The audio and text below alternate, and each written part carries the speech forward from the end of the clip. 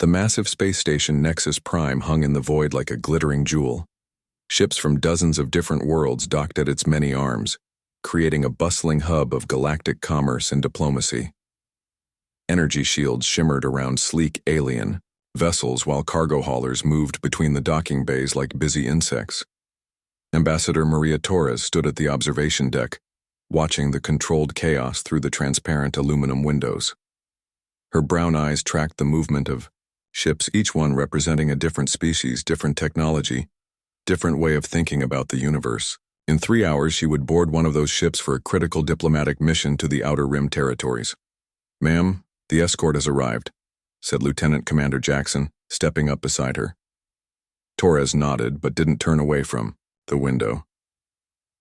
"Which one is it?" Jackson pointed to a section of space where a new ship was approaching. It looked different from all the others. Where most alien vessels were smooth curves of metal and energy, this one was all angles and armor plating. Where others moved with graceful swoops, this one came forward in a straight line, steady and unchanging. "The UES Persistence," Jackson said. "Captain Sarah Chen commanding." Torres finally turned to look at the ship properly. The Persistence was big, probably twice the size of most of the other military vessels docked at the station. Its hull was covered in thick gray armor that looked like it could stop anything the galaxy could throw at it. Weapons bristled from every surface, but they weren't the elegant energy cannons favored by other species. These looked solid, mechanical, built for one purpose. "She's not much to look at, is she?" Jackson said. Before Torres could answer, a new voice cut through the observation deck. "Not much to look at? That primitive thing looks like it was built in a scrapyard." Both humans turned to see Admiral Kethvar approaching. The Zephyrian officer was tall and thin, his blue-gray skin gleaming under the station's lights. His uniform was pristine white with energy conduits running through it like veins of liquid light. Behind him walked 2 other alien officers. "Admiral," Torres said politely, "I wasn't expecting to see you here." Kethavar's large black eyes fixed on the approaching human ship. "I wanted to see this famous Terran warship for myself, the one that's supposed to escort our diplomatic convoy." He made a sound that might have been laughter. "I have to say I'm not impressed." The officer beside him, a crystalline being whose body reflected the lights of the station, spoke in a voice like wind chimes. "It moves so slowly. Our ships could circle it 3 times before it completed one maneuver." The third alien, covered in what looked like liquid metal, added, "And those weapons, are those actually projectile launchers? How wonderfully primitive. Do they still use gunpowder too?" Jackson stepped forward, his face reddening. "Those weapons have proven themselves in combat many times, sir. The Persistence has a distinguished service record." "Oh, I'm sure they have," Kethavar said, his tone dripping with false politeness. "Against pirates and raiders, no doubt. Ships that can barely fight back. But this mission takes us through contested space. If we encounter real military vessels, primitive kinetic weapons won't do much good against modern energy shields." Torres kept her expression neutral, but inside she was getting angry. She had read the Persistence's service record. Captain Chen and her crew had fought in the Centauri Wars, the Vegan conflict, and a dozen smaller actions. They had never lost a ship under their protection. "Perhaps you'd prefer to provide the escort yourself, Admiral?" she asked. Kethavar straightened, his chest swelling with pride. "As a matter of fact, yes. My flagship, the Star's Edge, is docked here as well. She's equipped with the latest quantum disruptors and phase cannons. Her shields can deflect anything, short of a supernova, and she's fast enough to outrun anything she can't outfight." The crystalline officer nodded agreement. "The hegemony vessel Crystal Spear is also available. Our plasma matrices can cut through any known armor. And my ship, the Void Dancer, can strike and fade before the enemy knows we were there," added the liquid metal being. Torres looked back out at the Persistence. The human ship had finished its approach and was moving into position near the docking arms. Even at this distance, she could see crew members moving around the hull, checking systems and making preparations. Everything they did looked methodical, careful, professional. "I appreciate the offers, gentlemen," she said. But Earth Command specifically assigned the Persistence to this mission. Captain Chen has experience in the Outer Rim. She knows the territory. Experience running from superior forces, perhaps, Kethvar said. That ship is a relic. Look at it. Thick armor because they can't build proper shields. Kinetic weapons because they don't understand energy manipulation. Slow speeds because their engines are inefficient.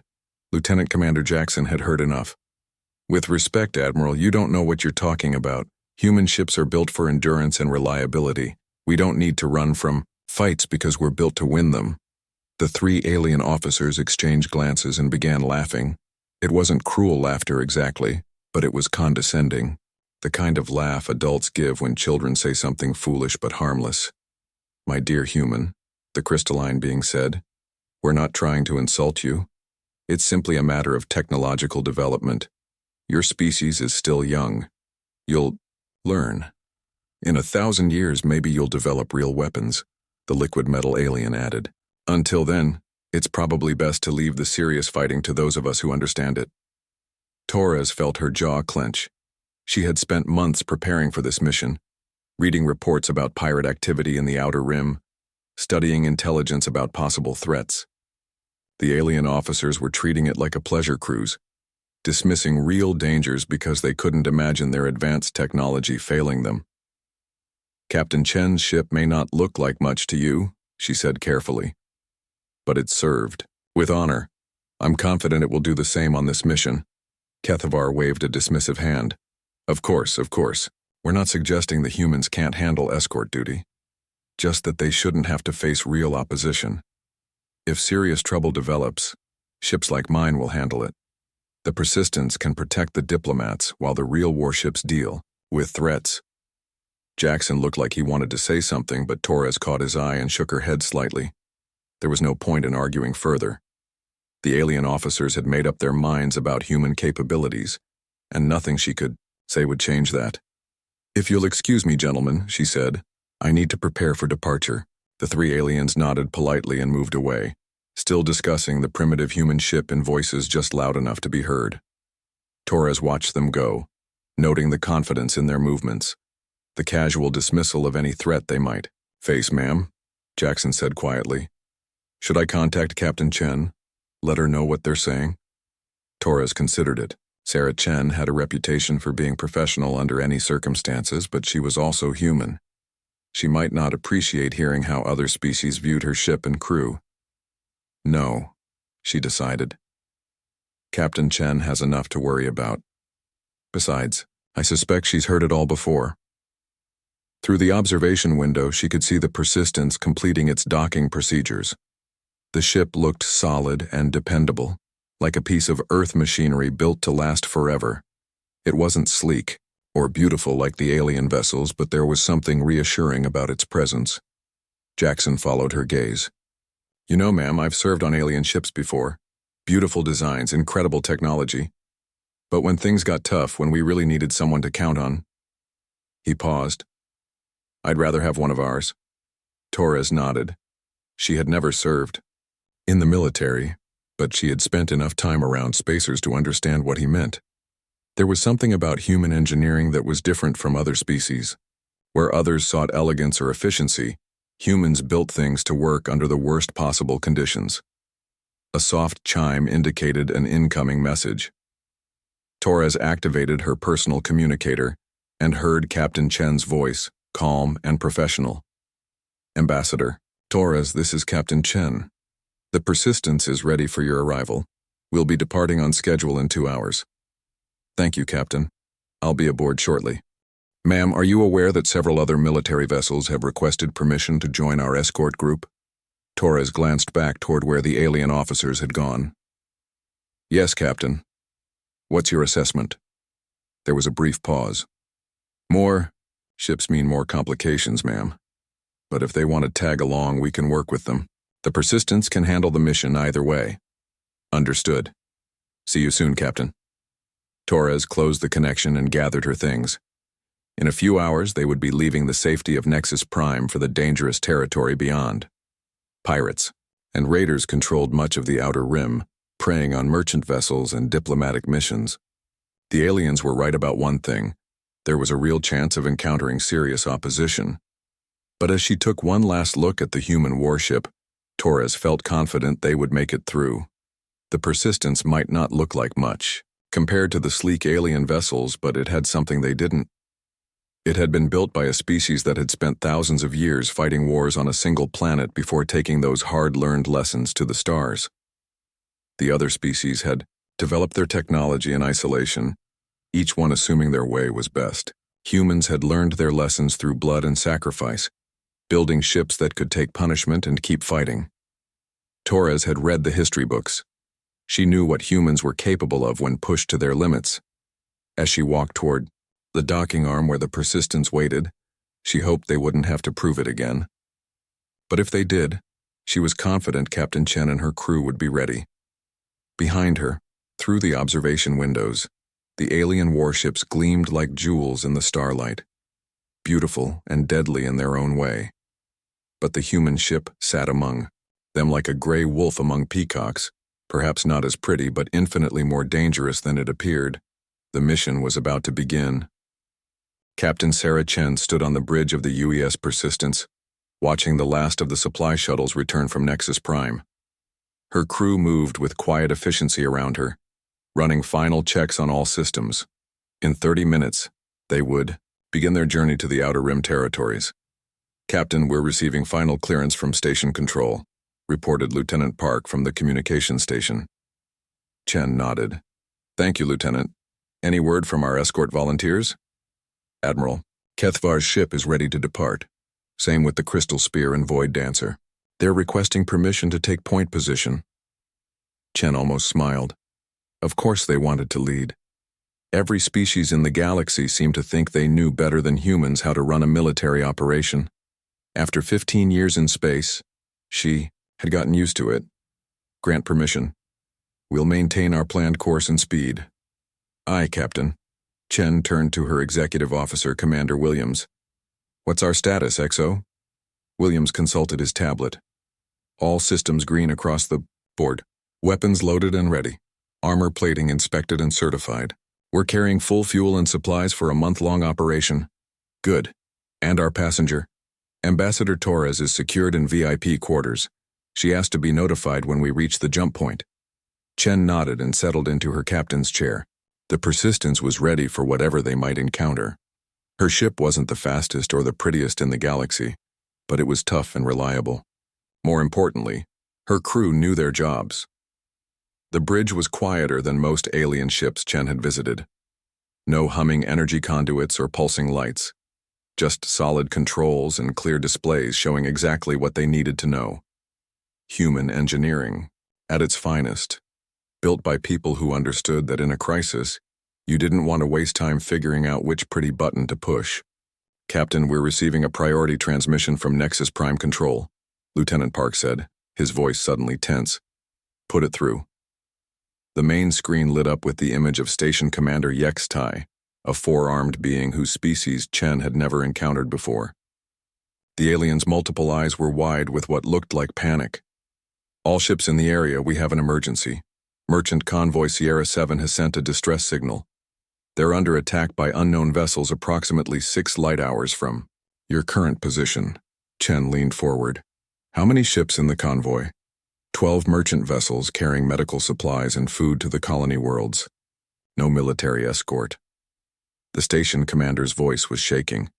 The attackers appeared to be a large raider force, at least 30 vessels. Before Chen could respond, Admiral Kethvar's voice came over the comm system. "This is Admiral Kethvar, of the Zephyrian Fleet. My ship group will respond immediately. Star's Edge, Crystal Spear, and Void Dancer are departing now." "Admiral, recommend we coordinate our response," Chen said calmly. 30 raiders is a significant force. Captain Chen, with respect, this requires fast ships and advanced weapons. Maintain your course and protect the ambassador. We'll handle this."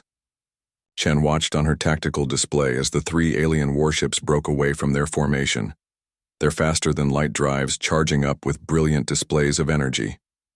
Within minutes, all 3 had vanished into hyperspace, leaving trails of exotic particles behind them.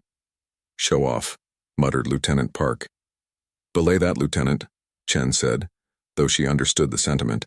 The alien ships had been eager to prove their superiority since arriving at Nexus Prime. This was their chance to show what advanced technology could accomplish. "Captain," Commander Williams said, "should we follow them?" Chen considered. The convoy was 6 hours away at their current speed. By the time the Persistence arrived, the engagement would be long over, one way or another. The alien ships could reach the battle zone in less than 2 hours with their advanced drives. Maintain course, she decided, but plot a course to the convoy's last known position, and bring all systems to combat readiness. "Aye, Captain." For the next hour, the bridge of the Persistence was tense with waiting. They received periodic updates from Nexus Prime, but no direct communication from the responding ships. Chen wasn't surprised. In her experience, alien commanders preferred to handle their own operations without human input. Then Lieutenant Park straightened at his station. "Captain, I'm picking up combat transmissions. The engagement has started." "Put it on speaker," the bridge filled with the crackling sounds of space combat. Energy weapons firing, shields colliding, damage reports. Chen listened carefully, trying to piece together what was happening 6 hours away. Star's edge to Crystal Spear, they're using hit-and-run tactics, can't get a clean shot. Crystal Spear acknowledges. "These raiders are more coordinated than expected, they're not running. Void Dancer taking heavy damage. My port engine is down. Requesting support." Chen frowned.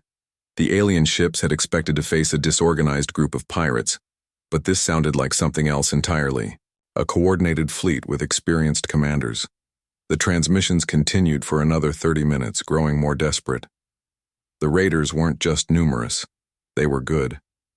They knew how to use their numbers effectively, swarming the alien ships and preventing them from using their superior firepower. Then came the transmission Chen had been dreading. "Star's edge to all ships. We are taking heavy casualties. The raider force is larger than reported.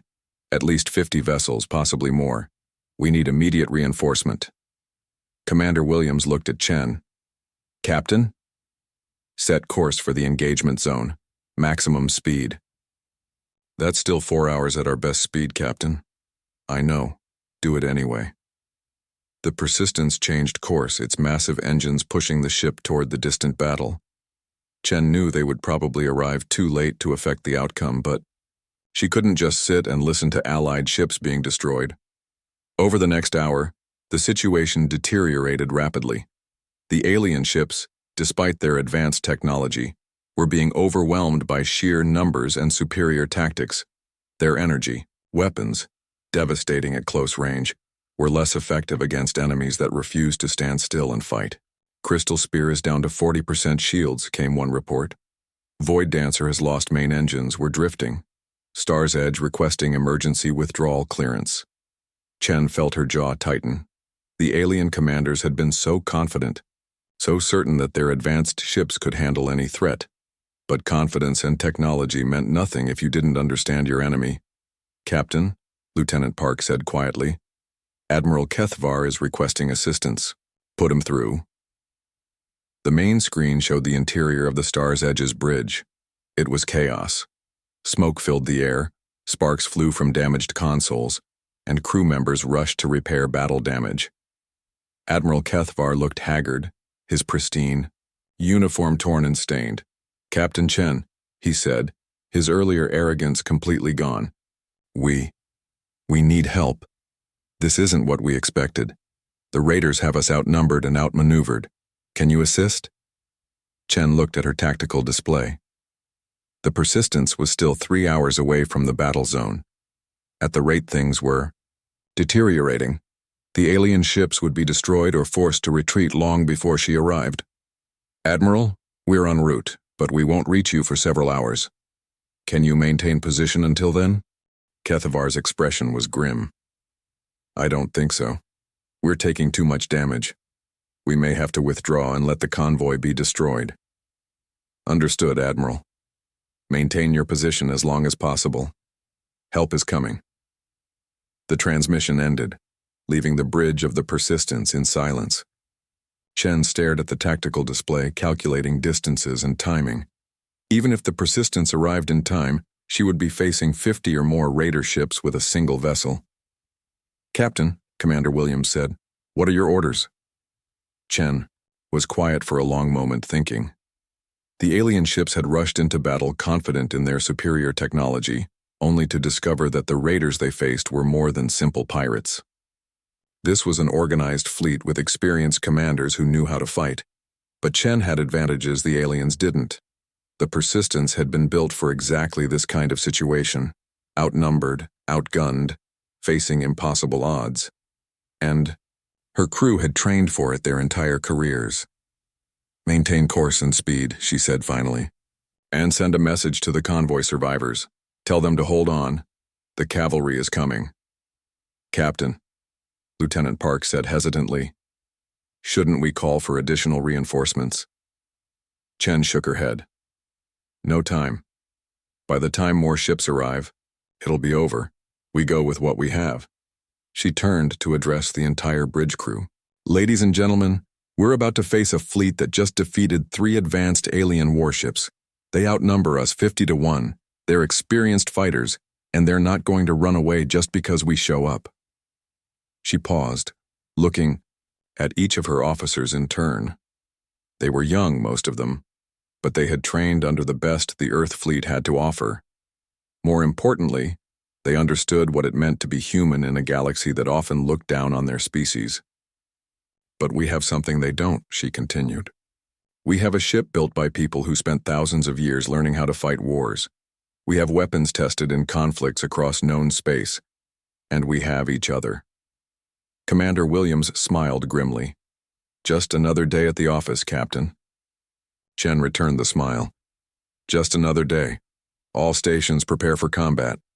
We're going to show these raiders what happens when they threaten innocent people."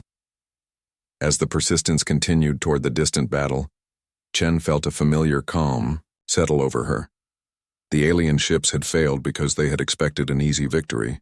They had relied on their superior technology and forgotten the most important lesson of warfare: know your enemy. The raiders thought they had won. They had defeated the advanced alien ships and were probably preparing to finish off the helpless convoy. They weren't expecting a single human warship to arrive and spoil their victory. Chen intended to make sure it was a lesson they never forgot. 3 hours later, the UES Persistence dropped out of hyperspace at the edge of the battle zone. Captain Chen stood on her bridge, studying the tactical display with grim satisfaction. The situation was exactly as bad as she had expected. The key alien warships were gone. According to the sensor readings, they had retreated 2 hours ago, leaving behind debris fields and emergency beacons. The merchant convoy was scattered across a wide area of space, some ships destroyed, others drifting, powerless with their crews trapped inside. And surrounding them like wolves around wounded prey were the raiders. "Tactical report," Chen ordered. Lieutenant Commander Hayes, her tactical officer, looked up from his station. 53 raider vessels confirmed, Captain. Mixed classes, but most appear to be modified civilian ships with military-grade weapons. They're organized into 7 battle groups. Any sign of the convoy survivors? 4 merchant ships are still intact. They've formed a defensive cluster, but their shields are failing. Estimate they have maybe 20 minutes before the raiders. Finish them off. Chen nodded. It was what she had expected. The raiders were taking their time now, savoring their victory over the alien warships. They probably thought they had all the time in the world to pick apart the remaining merchants. "Captain," Lieutenant Park called from communications. "I'm receiving a transmission from the raider fleet, audio only." "Put it through." A harsh, guttural voice filled the bridge. "Unknown human vessel, this is Captain Vextar of the Iron Claw fleet. You are entering our operational area. Turn around and leave now, or share the fate of your alien friends." Chen walked to the center of the bridge, her hands clasped behind her back. Around her, the crew waited for her orders. She could feel their tension, their readiness for battle. They had trained for this moment their entire careers. "Lieutenant Park, open a channel." "Channel open, Captain." Chen's voice was calm and steady as she responded. "Captain Vextar, this is Captain Sarah Chen of the United Earth ship Persistence. You are in violation of Galactic Convention by attacking civilian vessels. Release your hostages and surrender immediately. The response came back as harsh laughter. One ship? One single ship against my entire fleet? Human? Your species may be brave, but you are also very stupid. Last warning.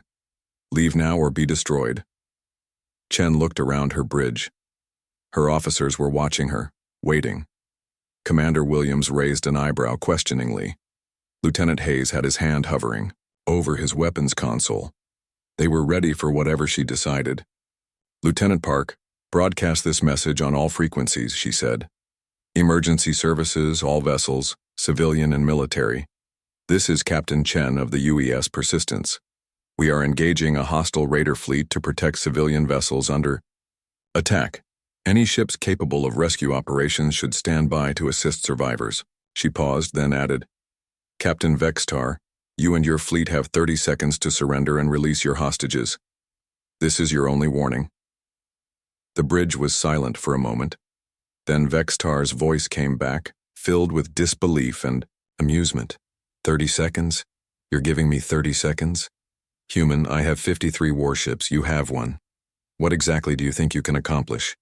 Chen didn't respond. Instead, she turned to her crew. All stop. Bring us to 0 relative velocity. Captain? Commander Williams questioned. All stop, XO. Right here, right now. The Persistence's engines shut down, leaving the ship floating motionless in space. On the tactical display, Chen could see the raider fleet beginning to move, surrounding her ship like predators closing in for the kill. Tactical, bring all weapons systems online. Engineering, divert all non-essential power to weapons and shields. Weapons hot, Captain, Hayes reported. All tubes loaded and ready. Captain, Lieutenant Park said. The raiders are demanding our surrender. Captain Vextar says he'll spare our lives if we power down and prepare to be boarded. Chen checked the chronometer on her display. 25 seconds since her ultimatum. No response. Continue the countdown. Around the bridge, her crew went through their final preparations. Damage control teams reported ready. Engineering confirmed. All systems at peak efficiency. Medical bay was prepared for casualties. The Persistence was a machine built for one purpose, and every part of that machine was ready to do its job. Captain, Hayes said, the raiders are moving into attack formation. They're surrounding us on all sides. Chen nodded. Distance to nearest hostiles? 15,000 kilometers and closing. They'll be in weapons range in 2 minutes. Captain, Commander Williams said quietly, they do outnumber us 50-1. Chen turned to look at her executive officer. Williams had been with her for 3 years through the Vegan conflict and a dozen smaller engagements. He had seen what the Persistence could do when pushed to its limits. XO, do you remember the Battle of Proxima Station? Williams smiled grimly. We were outnumbered 8-1 that day. And the result? We sent 6 enemy ships to scrap yards and captured the other 2. The Centauri ambush? 12-1 odds. We broke their entire battle line. Chen turned back to the tactical display. 50-1 is just a bigger number, Commander. The principle remains the same. The chronometer continued to count down. 20 seconds. 15. 10. Captain, Lieutenant Park said urgently. The raiders are demanding to know what we're waiting for. They want to know why we're just sitting here. Tell them they'll find out soon enough. 5 seconds. 4. 3. 2. 1. Time, Chen announced. Calmly. For a moment, nothing happened. The Persistence sat motionless in space while 53 raider ships closed in from all directions. Then the raiders opened fire. The space around the human ship lit up with weapons fire. Energy beams, plasma bolts, and missile trails converged on the Persistence from every angle. The raiders had expected to overwhelm the single ship with sheer volume of fire. But the Persistence had been built to take punishment. Its thick armor plating absorbed energy blasts that would have crippled lighter vessels.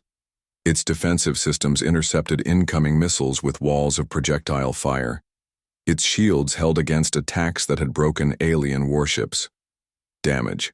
Report, Chen called. Minor hull scoring on deck 7 and 12, Williams reported. No significant damage, shields holding at 96%. Captain, Hayes said. They're moving closer, trying to concentrate their fire. Chen smiled. It was exactly what she had been waiting for. The raiders had assumed that their energy weapons would make short work of the human ship. When that failed, they were doing what desperate opponents always did, getting closer, hoping that more concentrated fire would succeed where dispersed attacks had failed. They were playing right into her hands. Tactical, you have the board. Commence firing. Aye, Captain, commencing firing. What happened next was unlike anything the raiders had ever experienced. The weapons they had dismissed as primitive kinetic launchers revealed their true nature. Railguns accelerated projectiles to significant fractions of light speed. Missiles with fusion warheads locked onto targets with inhuman precision. Point defense systems created impenetrable barriers of metal and explosives. But it wasn't just the weapons that made the difference. It was how they were used. Where the alien ships had fired in spectacular displays of energy and light, the Persistence fired with mechanical precision. Every shot was calculated, targeted, timed to perfection. There were no wasted shots, no missed opportunities. The first raider ship to die probably never knew what hit it. One moment it was closing in for the kill, the next it was expanding debris as a railgun round punched through its hull at near light speed. The second ship managed to detect the incoming projectile but couldn't react fast enough. Its captain had just enough time to realize his error before the missile struck his bridge. The third ship tried to retreat, but the human targeting systems had already locked on. Distance meant nothing to weapons that traveled at light speed. Captain, Hayes reported, 3 confirmed kills. Raiders are breaking formation, trying to scatter. Chen nodded. Weapons free. Engage targets of opportunity. The Persistence began to move, its massive bulk turning with surprising grace. As it rotated, different weapon systems came to bear on different targets. The ship became a castle of death, its guns reaching out across vast distances to touch raider vessels with lethal precision. The raiders were learning what every human military officer understood. In space combat, there was nowhere to hide. Energy dissipated over distance, but kinetic projectiles carried their full force across the void. Missiles could course-correct and follow fleeing targets. And human targeting systems refined through centuries of warfare never missed. 4 more confirmed kills, Hayes reported. The raiders are trying to regroup. Let them, Chen said. It won't help. On the tactical display she could see the raider fleet's predicament. They had expected to face a single weak ship that would crumble under concentrated fire. Instead, they were facing a fortress that shrugged off their attacks and struck back with devastating accuracy. Some of the raiders were trying to flee, but the Persistence's weapons had longer range than their engines could provide escape velocity. Others were attempting to coordinate their attacks, but human electronic warfare systems were disrupting their communications. The battle that the raiders had expected to be a quick massacre was turning into a systematic demolition. Captain, Lieutenant Park called. I'm receiving surrender requests from multiple raider vessels. Chen considered. Some of the raiders were probably just criminals who had gotten in over their heads, but others were clearly professional pirates who had been preying on innocent merchants for years. Tell them to power down their weapons and prepare to be boarded. Any ship that continues to resist will be destroyed. Aye, Captain. The battle continued for another 10 minutes, but the outcome was never in doubt. The Persistence moved through the raider fleet like a force of nature, destroying any ship that continued to fight and accepting the surrender of those smart enough to give up. When it was over, 41 raider ships had been destroyed or disabled. 12 had surrendered. The Iron Claw fleet, which had terrorized the sector for years, had been broken in less than 20 minutes by a single human warship. Captain, Williams said quietly, we're receiving transmissions from the surviving merchant ships. They're requesting permission to approach and render assistance. Chen nodded. Grant permission, and signal the convoy survivors that medical teams are standing by. She looked around her bridge, taking in the calm professionalism of her crew. They had just fought and won a battle against impossible odds, but they showed no signs of excitement or celebration. This was their job, and they had done it well. "Good work, everyone," she said simply. As the Persistence began coordinating rescue operations, Chen allowed herself a moment of satisfaction. The aliens had mocked her ship, called it primitive and slow. They had rushed off to fight the raiders with their advanced technology and superior attitudes, and they had failed. But the Persistence had succeeded, not despite its human design, but because of it. Her ship had been built by a species that understood war, and her crew had been trained by people who knew that victory came not from having the best weapons, but from using whatever weapons you had better than your enemy used, theirs. The battle was over. The convoy was safe. And the galaxy was a little bit safer place. The battle began exactly as Captain Chen had expected it would. The raiders, confident in their overwhelming numbers, opened fire first. Space around the Persistence erupted in a deadly light show. 53 ships poured everything they had at the single human vessel.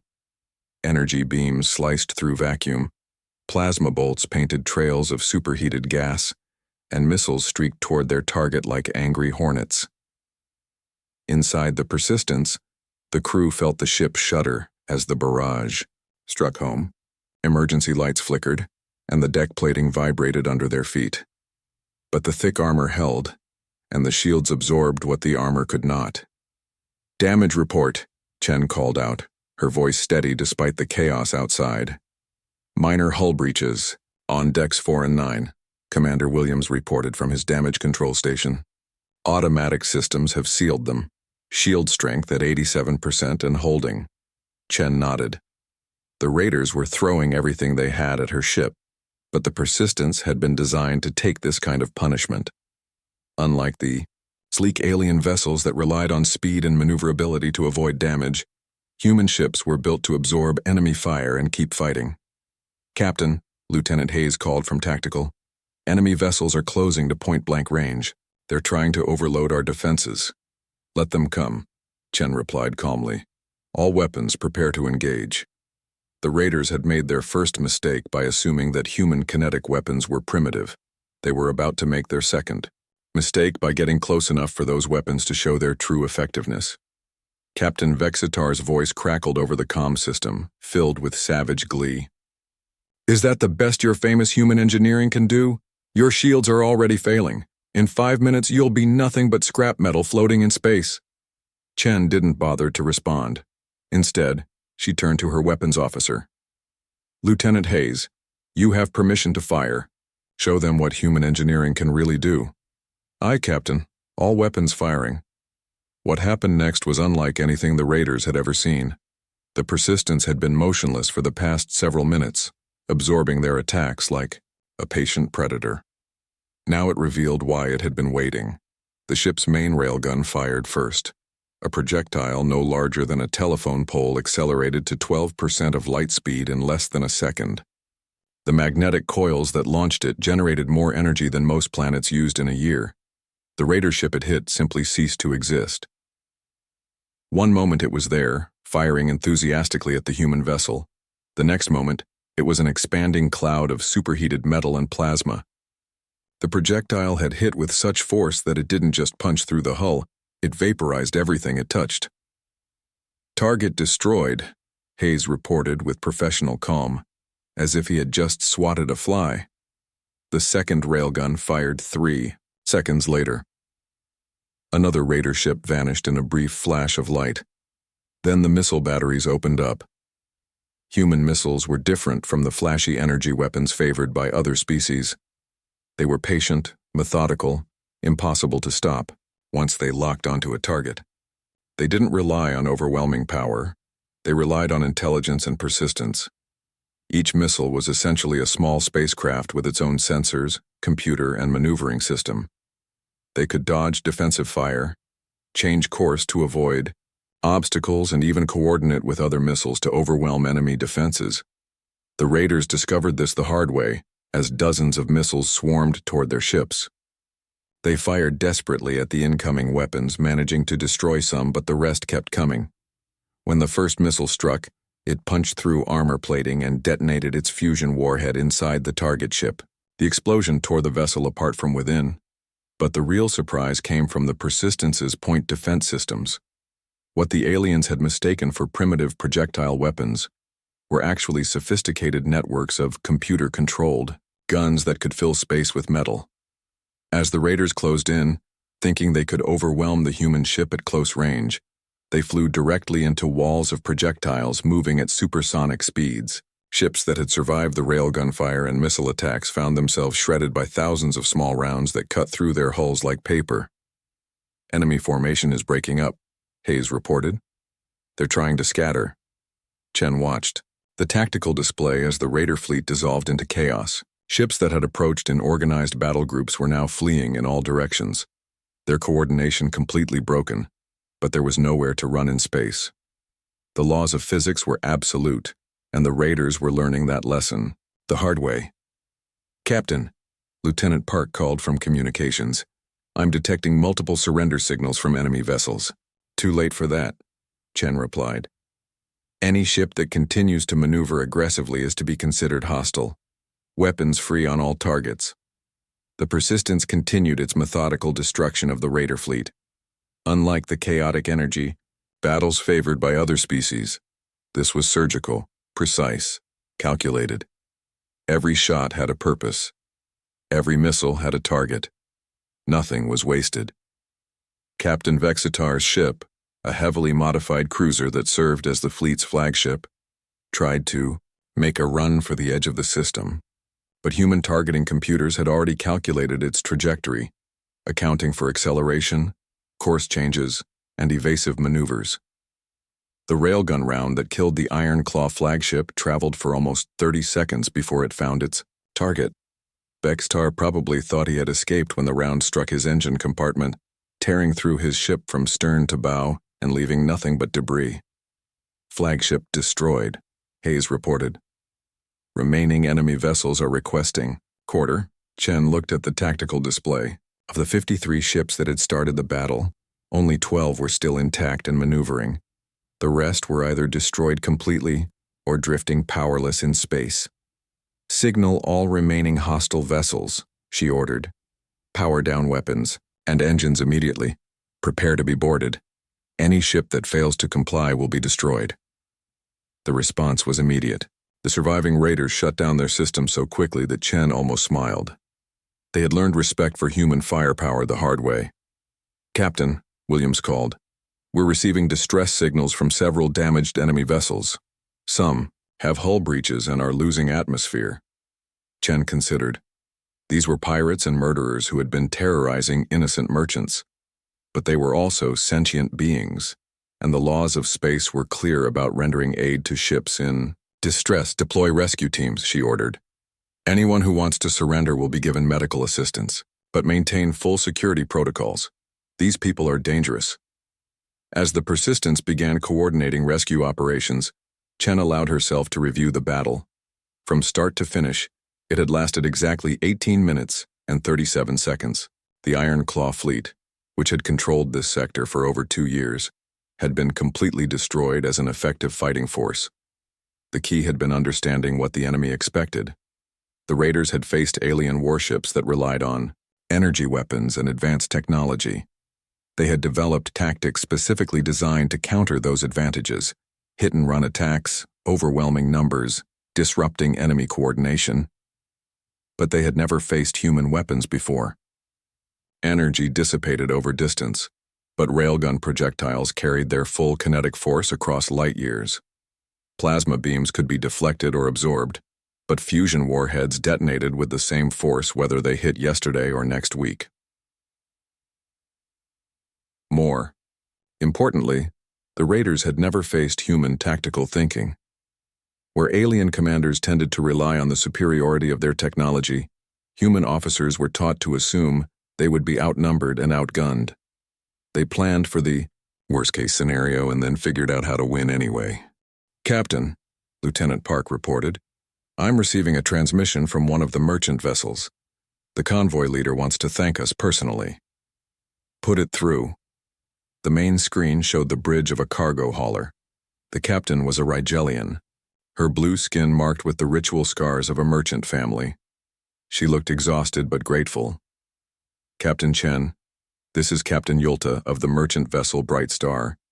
On behalf of my crew and the other survivors, I want to thank you. We thought we were going to die when the alien warships retreated." "You're welcome, Captain.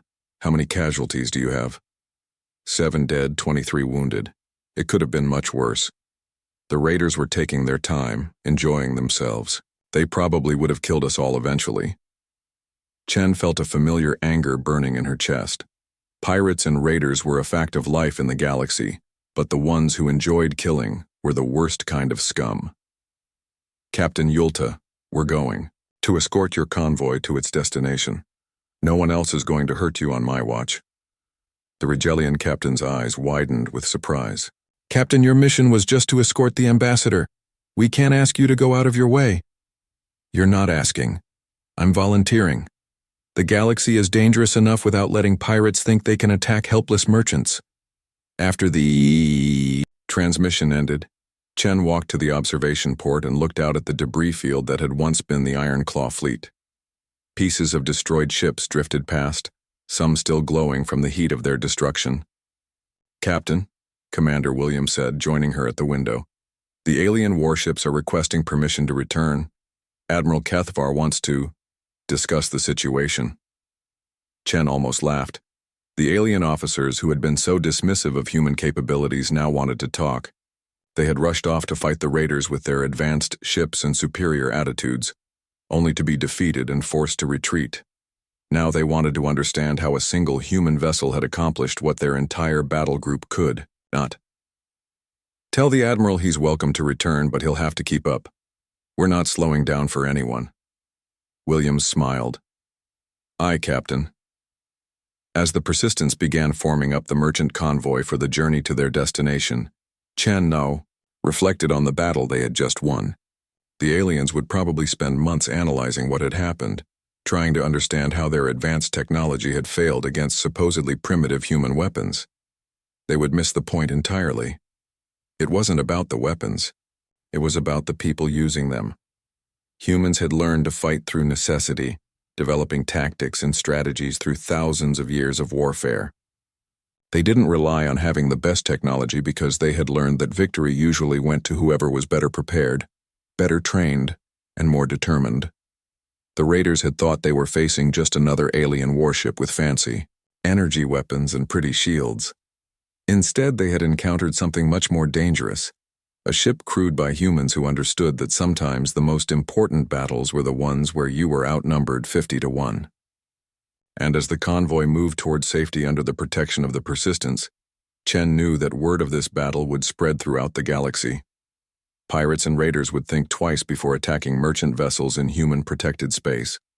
The galaxy had just become a safer place, one destroyed raider fleet at a time. 6 hours after the battle ended, the 3 alien warships returned to find a scene they had never expected to witness. The UES Persistence hung motionless in space, surrounded by the organized activity of a successful rescue operation. Human shuttles moved between the debris field and the merchant vessels, transferring wounded crew members and delivering medical supplies. Engineering teams worked to repair damaged ships, while security personnel processed surrendering raiders. Admiral Kethvar stood on the bridge of his flagship Star's Edge, staring at the tactical display in disbelief. Where 53 raider vessels had been when his fleet retreated, now only debris remained. 12 damaged ships sat under human guard, their crews in custody. "Admiral," his communications officer said hesitantly, "we're receiving a transmission from the human vessel. Put it through." Captain Chen's image appeared on the main screen. She looked calm and professional, showing no signs that she had just fought and won a battle against impossible odds. Behind her, Kethvar could see the quiet efficiency of a human bridge crew going about their duties. "Admiral Kethvar, welcome back. I trust your ship suffered no permanent damage during your earlier engagement." Kethvar felt his face flush with embarrassment. The human captain was being polite, but they both knew what had really happened. His advanced battle group had been defeated and forced to retreat, while her single ship had destroyed the entire Raider fleet. Captain Chen, Our ships required repairs after the engagement. We withdrew to ensure the safety of our crews. Of course, Chen replied diplomatically. The raiders were more organized than intelligence reports indicated. We were fortunate to arrive when we did. Fortunate. Kethvar almost laughed at the understatement. What he had witnessed was not fortune. It was professional competence at the highest level. Captain, if I may ask, how did you accomplish this? The same raiders that defeated our combined battle group. You destroyed them in less than 20 minutes. Chen was quiet for a moment, as if considering how to explain something obvious to someone who should already understand it. Admiral, may I ask what your battle plan was when you engaged the raiders? Kethvar straightened defensively. Standard formation attack. Use our superior firepower and technology to overwhelm their numerical advantage. And when that didn't work, we adjusted our tactics. Attempted to use our speed advantage to avoid their concentrated fire while maintaining our energy weapon effectiveness. Chen nodded patiently. Admiral, did your intelligence reports indicate anything unusual about this particular raider group? They were described as typical pirates, disorganized, poorly equipped, operating individually rather than as a coordinated force. But they weren't, were they?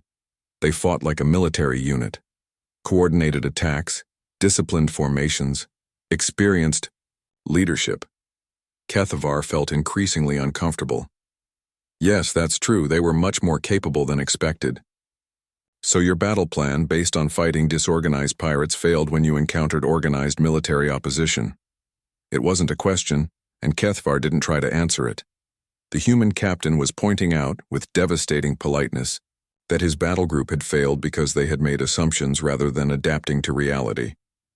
Captain Chen, he said finally, what would you have done in our position?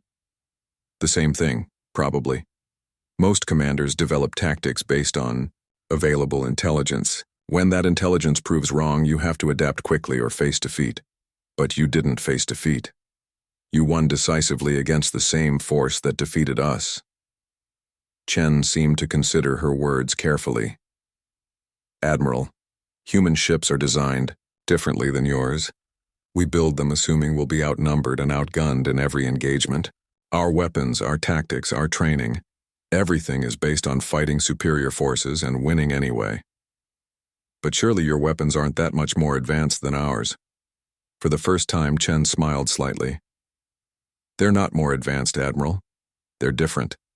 Energy weapons are elegant and efficient, but they have limitations. Kinetic weapons are crude and require more resources, but they're also more reliable under extreme conditions. She paused, then added, more importantly, we've been using these weapons for centuries. We know exactly what they can and cannot do. We train constantly with them. When we go into battle, there are no surprises. Kethvar thought about his own weapons officers who relied heavily on automated systems and computer targeting. They were competent, but they had never faced an enemy that forced them to push their equipment to its absolute limits. Captain, would you be willing to share some of your tactical data with our fleet commanders? We clearly have much to learn. Of course, Admiral. Professional cooperation benefits everyone. After the transmission ended, Kethvar remained on his bridge, staring at the debris field that had once been the Iron Claw fleet. His officers moved quietly around him, also processing what they had witnessed. The crystalline officer from the Crystal Spear contacted him privately. Admiral, I've been analyzing the sensor data from the human ship's engagement. Their weapons systems are remarkable. In what way? They fired a total of 47 railgun rounds during the battle. 46 confirmed hits, 1 miss which struck a piece of debris that was obscuring their intended target. Their accuracy rate was essentially perfect. Kethvar felt a chill run through him. What about their missile systems? 63 missiles launched, 58 successful target acquisitions. The 5 that missed were intercepted by enemy defensive fire, but even those forced the targets to maneuver into positions where other weapons could engage them more effectively. So they weren't just more powerful, they were more accurate. Much more accurate, Admiral. And their targeting computers seemed to predict enemy movement several seconds in advance. They were firing at where ships would be, not where they were. Kethvar closed his eyes. His own battle group had fired hundreds of energy blasts during their engagement, achieving perhaps a 20% hit rate. The human ship had achieved near-perfect accuracy while fighting 53 opponents simultaneously. Meanwhile, aboard the Persistence, Captain Chen was dealing with her own aftermath. Ambassador Torres had returned from the merchant convoy, where she had been coordinating medical assistance for the wounded. Captain, I've just finished speaking with the convoy leaders. They want to recommend you and your crew for the Galactic Service Medal. Chen shook her head. That's not necessary, Ambassador. We were just doing our job. Just doing your job? Captain, you faced odds that would have terrified most military commanders. A 50-to-1 numerical disadvantage against experienced opponents. Ma'am, with respect, the odds weren't that bad. Most of those raiders were converted civilian ships with inexperienced crews. Only about a dozen were serious military threats. Torres stared at her. Only a dozen serious military threats. Captain, that's still 12-to-1 odds. Chen shrugged. The Persistence was designed to handle those kinds of numbers, Ambassador. That's what human ships do. Commander Williams, who had been listening to the conversation, added, Captain, the alien officers are pretty impressed. They keep asking how we achieved such high accuracy rates. It's not complicated, Chen replied. We practice. Every day. For years. Our gunners know their weapons better than most people know their own families. When the shooting starts, there are no surprises. Torres walked to the observation port and looked out at the rescue operation still continuing in the debris field. Human medical teams were working alongside alien doctors to treat the wounded, both friendly and enemy. It was a sight she had seen before. Humans fighting with devastating efficiency, then immediately switching to compassionate rescue work. Captain, may I ask you something personal? Of course, Ambassador. Do you enjoy this? The fighting? I mean... Chen was quiet for a long moment. No, ma'am. I don't enjoy fighting. I enjoy protecting people. The fighting is just what we have to do sometimes to accomplish that. The aliens don't understand that, do they? Most of them don't. They see our weapons and our tactics and think we're some kind of warrior race that loves violence. They don't understand that we became good at fighting because we had to be. It was either get good at it or watch innocent people die. Torres nodded. She had spent years studying human military history, trying to understand why her species had been so successful in their expansion into space. Other races had developed faster ships, more powerful weapons, more advanced technology. But humans had developed something else, the ability to win when winning seemed impossible. Captain, Lieutenant Park called from the communication station. We're receiving a message from Nexus Prime. They want a full report on the engagement. Tell them they'll have it within 6 hours. Include our recommendations for improved convoy security in this sector. Aye, Captain. Also, sir, we're getting requests for interviews from several news organizations. Apparently, word about the battle is already spreading. Chen grimaced. She hated dealing with reporters. Standard response. Prefer all inquiries to Fleet Public Relations. Already done, Captain. As the rescue operations continued, word of the battle did indeed spread throughout the galaxy.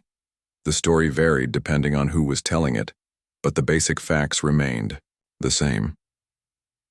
A single human warship had destroyed an entire raider fleet that had just defeated 3 advanced alien vessels. In some versions of the story, the Persistence had used secret superweapons. In others, Captain Chen was described as some kind of tactical genius who had outmaneuvered her opponents through brilliant strategy. The truth was both simpler and more complex. The Persistence had won because it was crewed by professionals who understood their job and had trained extensively to do it well. They had faced a situation they had prepared for their entire careers, and they had executed their training flawlessly. But that truth was harder to accept than stories about secret weapons or tactical genius. It suggested that human success wasn't based on luck or advanced technology, but on simple competence applied consistently over time. As the convoy prepared to resume its journey, now under the protection of 4 warships instead of 1, Captain Chen made her final log entry about the engagement. Personal log, Captain Sarah Chen. UES Persistence. We successfully engaged and neutralized a pirate fleet threatening civilian vessels in the Outer Rim sector. Enemy force consisted of 53 vessels of various classes. 41 were destroyed, 12 surrendered. No human casualties. Convoy is secure and proceeding to destination under escort. She paused, then added, the alien warships that initially responded to the distress call have rejoined our formation. Admiral Kethvar has requested tactical consultation regarding human weapon systems and combat doctrine. Recommend approval of this request. Professional cooperation benefits. All spacefaring species. Chen closed the log and looked around her bridge. Her crew was back to normal operations, monitoring systems and coordinating with the convoy ships. The battle might have impressed the aliens, but for the crew of the Persistence, it was just another day at the office. Outside the observation ports, the convoy moved steadily toward its destination. Merchant ships carrying food and medical supplies to colony worlds, protected by warships crewed by people who understood that some things were worth fighting for. The galaxy was vast and dangerous, full of pirates and raiders who preyed on the innocent. But it was also full of people willing to stand up to those threats, to put themselves in harm's way so others could live in peace. And sometimes, when the odds seemed impossible and the situation looked hopeless, those people were human. The convoy disappeared into hyperspace, leaving behind only empty vacuum and the slowly expanding debris of the Iron Claw fleet. But the story of what had happened would continue to spread, carrying with it a simple message that would reach every corner of the galaxy. Humanity had arrived among the stars, and they had brought with them something more valuable than advanced technology or superior firepower. They had brought the determination to protect those who could not protect themselves. Regardless of the cost, the galaxy would never be the same.